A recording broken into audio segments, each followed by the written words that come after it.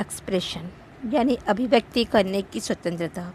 One of the issue that is considered to belong to the minimum hours of non-interference in the freedom of expression. J.S. Mill set out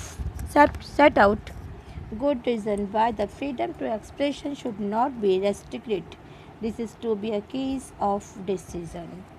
now freedom करने की स्वतंत्रता में इन्होंने यही कहा है कि आदमी को अपनी बात को एक्सप्रेस करने का एक जो इशू होता है ये बहुत ही छोटे रूप में या कुछ न्यूनतम एरिया से जुड़ा हुआ होता है, ऐसा माना जाता है। तो J.S. मिल के अकॉर्डिंग ये है कि अगर आपको एक्सप्रेशन करने की फ्रीडम कि आपको एक्सप्रेस करने की फ्रीडम में रेस्ट्रिक्शंस नहीं होना चाहिए, और यह भी एक चर्चा का अच्छा विषय है। At a various time, there have been demand to be ban books, plays, film और academic articles in research journalist। बहुत बार किसी भी पुस्तक को पढ़ना, नाटक देखना, फिल्म देखना या किसी भी पत्रिका के ऊपर शोध करना या फिर कोई राइटिंग लिखना, इसके ऊपर भी रेस्ट्रिक्शंस की मांग उठती है। Let us think about this demand to ban book is the light or our discussion so far which sees and freedom as a making of choice where a distinctions is made between the negative and positive liberty where we recognize and the need of justable constant but these have to be supported by purpose producer and important moral argument।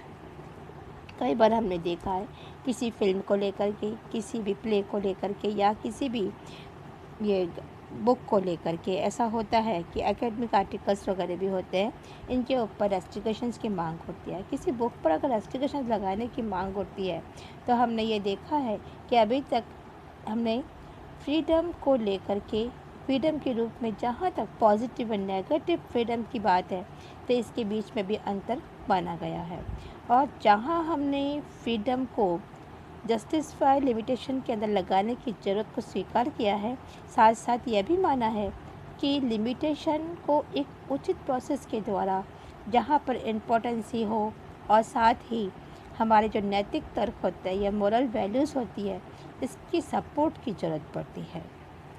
Freedom to express is a fundamental value. Freedom के अपने खुद के कुछ fundamental value होते हैं for society के लिए। Must be willing to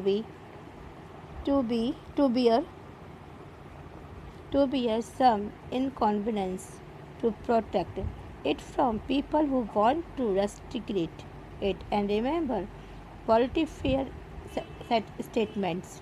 I disapproved of what you say, but I will define to that and your right to say how deeply are we committed to this freedom of explanations।